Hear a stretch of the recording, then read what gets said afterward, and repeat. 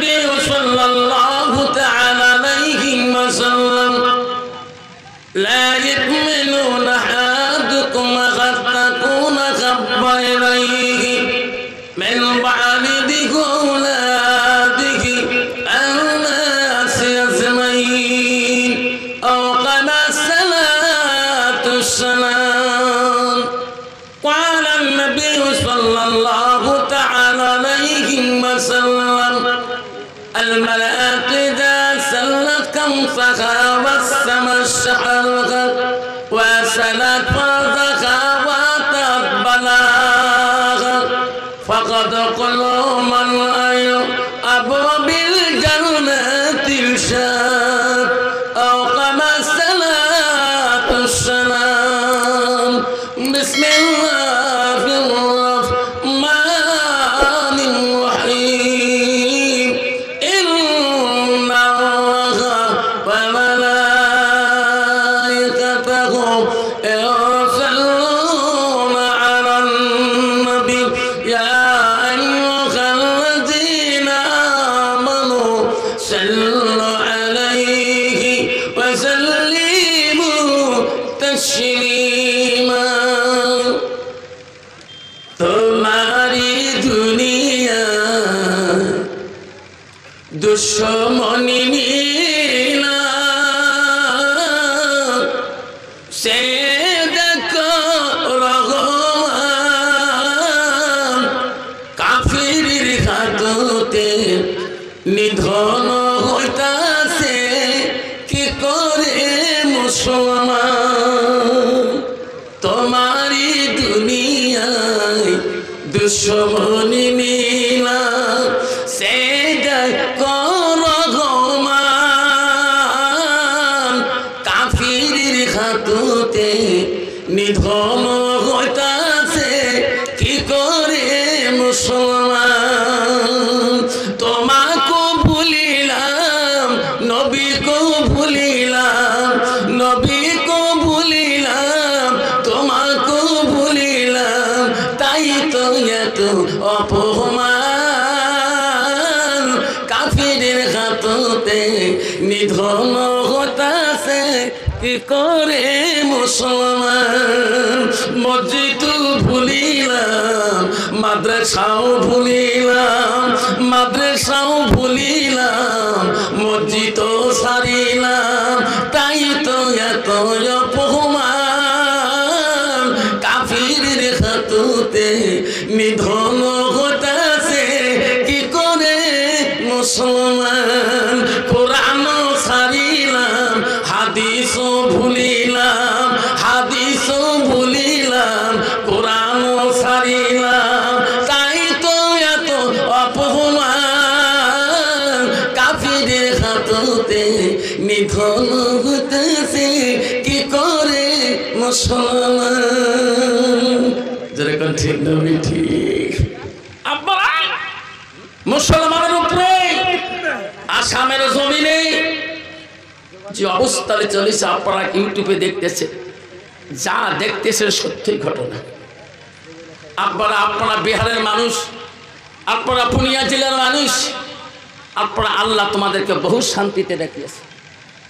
ভাই ও দোস্ত বুজুর্গ পৃথিবীতে আল্লাহ রাব্বুল আলামিন আল্লাহ চারটা আসমানি কিতাব আল্লাহ পেঠিয়ে দিয়েছে তওরাত জবুল ইনজিল কোরআন। আব্বা আজকে মুসলমান এখনো মুসলমানের খাতায় নাম আছে মুসলমান এখনো হালাল হারাম বোঝে না মুসলমান এখনো হালাল বোঝে না মুসলমান এখনো হারাম বোঝে না। মুসলমান যদি এক গ্লাস পায় তা মুসলমান পাগলা হয়ে যায়।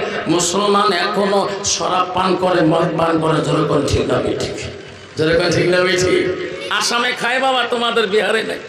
মুসলমান এখনো আসামে গাঞ্জা খায় মুসলমান এখনো আসামে মদ পান করে মুসলমান। তোমাদের বিহারে ঠিক আছে বাপজান শোনাতে না সেই জন্য বলছি বাবাজান আব্বারে আমি মুসলমান হয়েছি আল্লাহ বলি দিছি ইন্নাল মুসলিমিনা ওয়াল মুসলিম আল্লাহ বলে ও বিশ্বাসী বান্দা আমার বান্দেরা আল্লাহ বলে রব্বুল আলামিন বললে বান্দা তুমি এত সুন্দর নাম তুমি মুমিন বলে ঘোষণা করেছো মুসলমান বলে ঘোষণা করেছো কিন্তু তোমার মুসলমানের খাতায় নামটা বড় কঠিন। আমার মা বোনেরা শুনি রাখো বাবা আল্লাহ রাসূলের কাছে আব্দুল্লাহ ইবনে মাসউদ প্রশ্ন করলো মুসলিম শরীফের হাদিস আল্লাহ নবীকে প্রশ্ন করলো কায়না নবী সাল্লাল্লাহু আলাইহি ওয়াসাল্লাম আইয়ু আমাই হাব্বু ইলাল্লাহু তাআলা নবী গো ওগো নবী পৃথিবীর জমিনে সবচেয়ে ভালো বস্তু কি নবী বলো কায়না আসসালাতু আলা ওয়াক্তিহা সময় মতে ওয়াক্ত মতে নামাজ পড়াটা পৃথিবীর জমিনে সবচেয়ে ভালো বস্তু সুবহানাল্লাহ। কিন্তু বাবা বর্তমান যুগের মুসলমান আল্লাহর ঘরে যাইতে চায় না। তোমাদের বিহারি ঠিক আছে বাবা, বর্তমান যুগে আমাদের আসামের মুসলমান মসজিদে যায় না, নামাজ পড়ে না বাবা। মসজিদে জামাতি মানুষ থাকবে 5 জন 6 জন নামাজ পড়ে, 400 ঘর মানুষ 300 ঘর মানুষ খালি শুক্রবার পাবেন, বাকি ওয়াক্ত মুসলমান নামাজ পড়ে না। জোরে করে ঠিক না মিঠে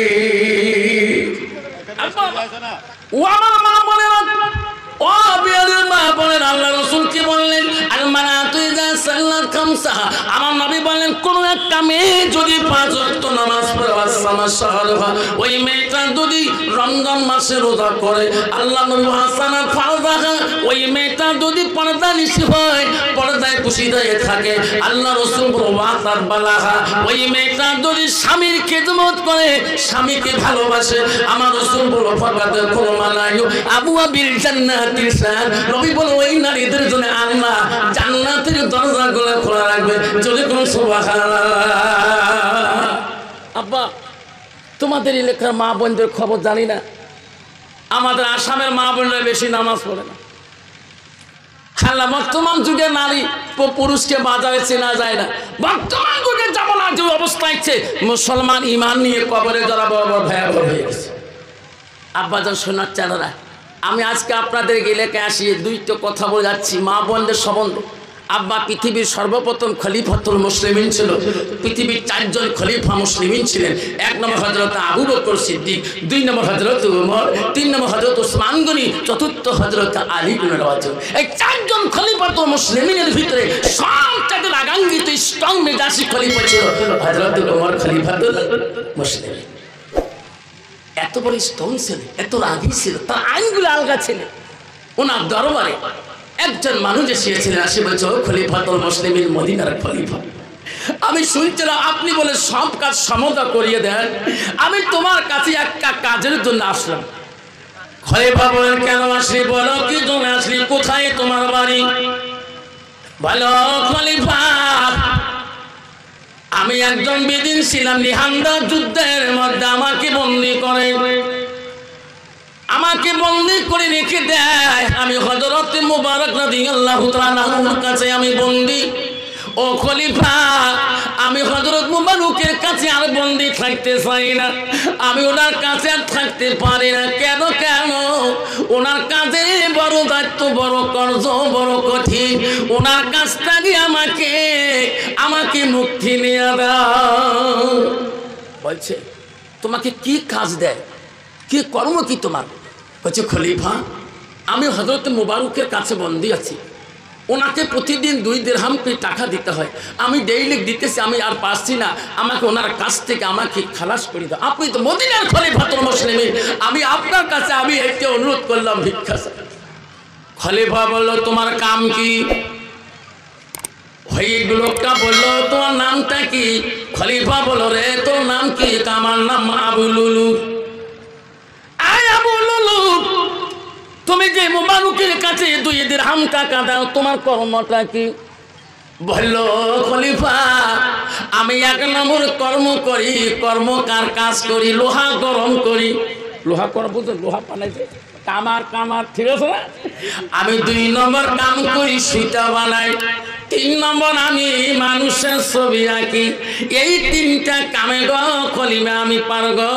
এই 3টা কামে আমি ব্যবসা করি, এই মুবারকের ঋণ আমি শোধ করতে পারছি না। মদিনার খলিফা বলছে ও আবু লুলু আমি শুনছিলাম তুমি বলে উপজাতের শিল্প, তুমি বলে বড় বড় কাম আরো জানো। আমি শুনছিলাম তুমি বলে আকাশ উড়া কল বানাইতে পারো। আমি হযরত ওমর বললাম তুমি যদি আকাশে উড়া কলটা তৈরি করে দিতে পারো আমি মুবারকের কাছ থেকে তোমাকে আমি মুক্তি দিয়ে দেব।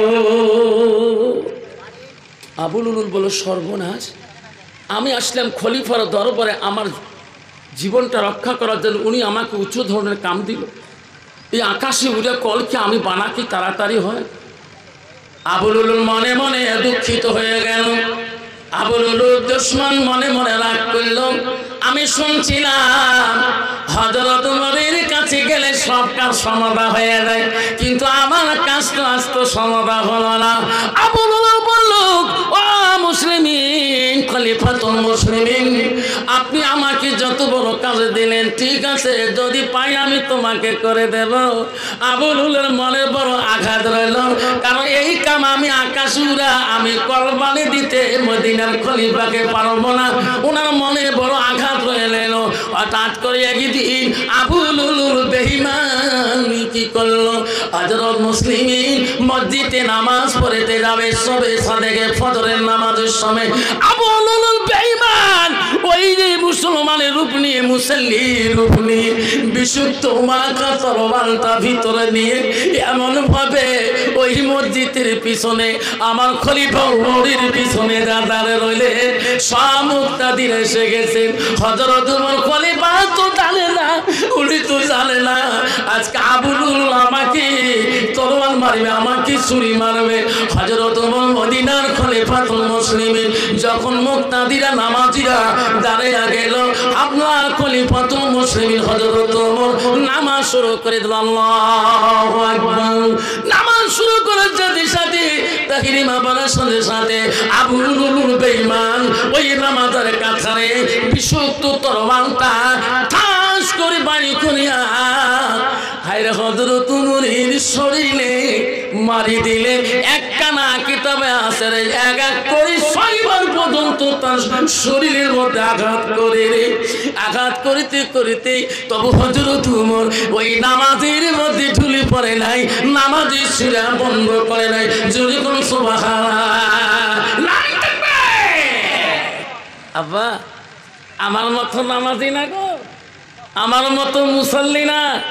একটু যদি মসজিদ ঘরে মশা বেশি হয় না নামাজের নিয়ে ছাড়াছাড়ি হয়ে যায়। ধরে করছিল বিধি হযরত ওমর এক এক করে যখন 6 বার তাকে ছুরি মারা হয়, এক অর্থ নামাজ যখন উনি পড়ে নিয়ে আনেন, দ্বিতীয় রেখাতে মুসলিমিন হযরত ওমর আর পারে না দাঁড়াইতে। পিছনের মধ্যে একজন সাহাবী ছিল আব্দুর রহমান বিন আউফ রাদিয়াল্লাহু তাআলা, তাকে টানিয়ে নিয়ে ওই দ্বিতীয় রেখার নামাজি কাতারে দাঁড়িয়ে দিয়ে বলল তুই বাকি রেখার নামাজ পড়ে দাও।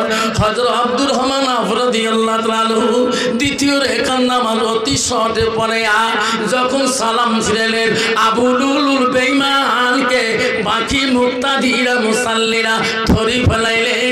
হায়রে হযরত ওমর মদিনার দ্বিতীয় খলিফা তারাম করে ঢুলে পড়ে গেলে। হায় নামাজ শেষে সব সাহাবীরা মদিনার খলিফাকে ধরে হায়রে খলিফার জ্ঞান নাই ফেরে হায় অসুস্থ হয়ে গেল, রক্ত হয়ে গেল। হযরত খলিফাতুল মুসলিমিনকে নিয়ে তার বাড়ি মুখে রওনা হয়ে গেল। আর আবু লুলুলকে বন্দী করলেন। আরে সবাই বন্দী করে নিয়ে যায়। হরে হযরত ওমরের বড় ছেলে আল্লাহ তার নাম ছিল আব্দুল্লাহ। আব্দুল্লাহ খবর পেয়ে গেল আমার বাবা বলে আরে মসজিদের মধ্যে বলে অজ্ঞান হয়েছে। খলিফা মুসলিমিনের বড় ছেলে তার নাম ছিল আব্দুল্লাহ। আব্দুল্লাহ দৌড়ে ধরে রে আমার আব্বাকে 4 জনে ঘরে আনে রে, কি হলো রে? আব্দুল্লাহ দৌড়ে যায়, যে দেখি হয় তার বাবা বড় অসুস্থ।